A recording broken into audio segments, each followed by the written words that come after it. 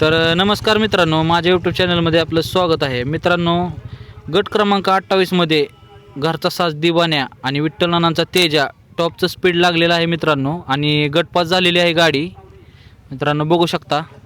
घरचा साज दिवाण्या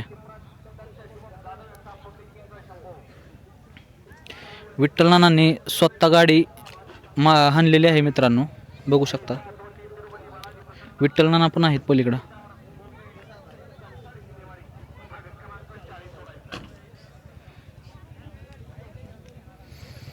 घरचा साज दिवाण्या